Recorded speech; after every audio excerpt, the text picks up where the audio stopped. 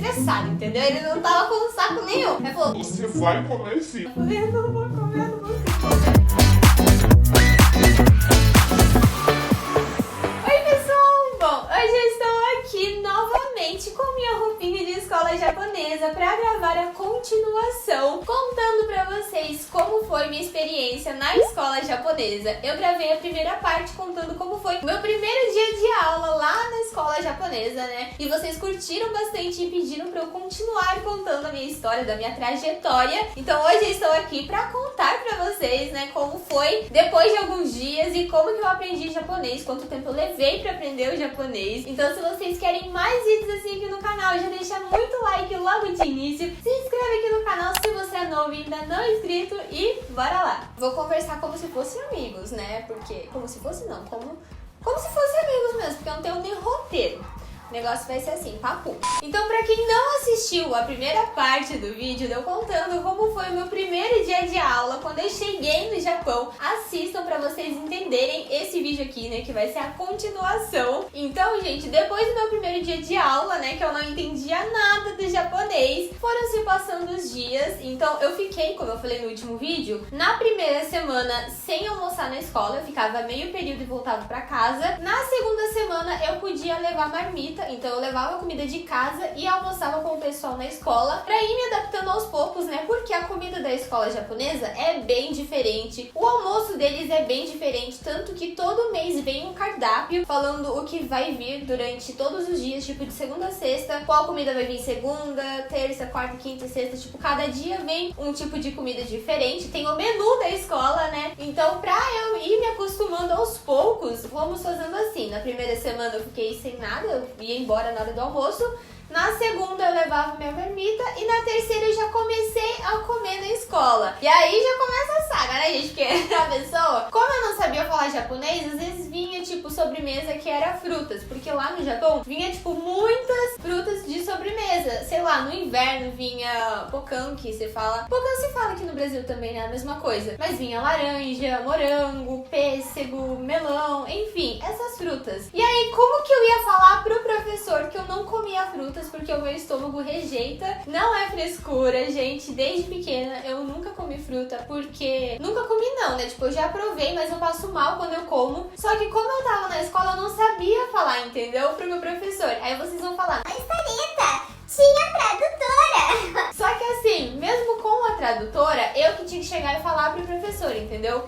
Então assim, nos primeiros meses eu passei uma barra, gente. Sofri um pouco. Às vezes eu levava pra casa, colocava escondido assim, tipo num paninho, enrolava e levava pra casa porque eu não conseguia comer. E o professor ficava assim, do lado, gente. Teve um dia que eu fiquei assim, eu não sabia falar pro professor e ele tinha paciência, só que nesse dia ele tava assim, estressado, entendeu? Ele não tava com um saco nenhum. Aí falou, você vai comer sim. Eu falei, eu não vou comer, eu não vou conseguir comer. Tive que comer, gente, passei mal. E aí, enfim, passei mal, né, mas eu comi. Daí, ok, fui me acostumando com o tempo, indo pra escola e tal. E por um bom tempo eu fiquei indo na sala de reforço, que eu falei pra vocês no último vídeo. Se você não assistiu, assista pra vocês entenderem, tá bom? Então, nos primeiros 6 meses que eu estava indo pra escola japonesa, eu ficava indo nessa sala, que era uma sala de reforço. Então, nos meus primeiros 2, 3 meses, eu fui e só estudava nessa sala. Tipo, eu ia pra sala de aula pra almoçar e pra ter o Asanokai e o Kairinokai. O Asanokai é a apresentação de manhã que tem do professor falando com o pessoal. Aí tinha o Hiruyasumi, né, que era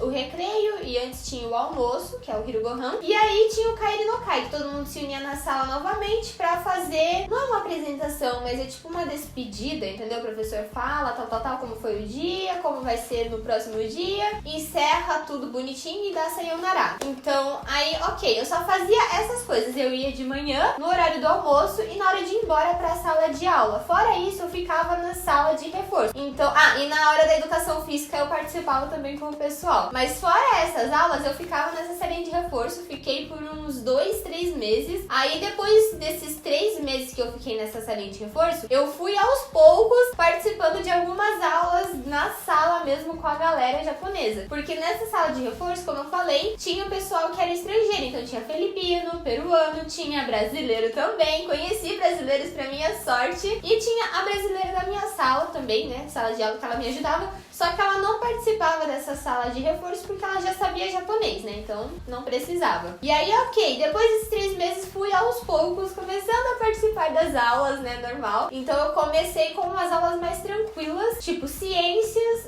matemática também, que você dava pra entender por conta dos cálculos, né? Ciências também, porque é química e tal, então você ainda acaba se virando, né? Aí na hora que chegou geografia e língua japonesa, eu falei, meu Deus, agora o negócio vai ficar tenso. Mas assim, gente, isso tudo eu sabia só o básico, entendeu? Então assim, eu ia me virando com o básico que eu sabia, e o que eu não sabia eu perguntava, tipo, depois da aula. Tipo, eu tive aula de matemática. A próxima é língua japonesa eu vou no reforço. Então, no reforço eu perguntava ao professor, o que é isso? Eu ia anotando e perguntava, porque o que eu não entendia, eu tinha que perguntar, senão eu não ia entender nunca, né, gente? E aí o professor explicava, e aí, ok, tudo bem. Fomos assim, aí chegou no 5º mês, eu já tava assim, participando quase de todas as aulas com a galera da sala, e eu só ia pro reforço na aula de língua japonesa, que era o principal, né, gente? Que eu não sabia, tinha kanji e tal, e aí o negócio era mais tenso, porque quando chega na língua japonesa, eles são mais rígidos e tem as regras de como você vai escrever o kanji,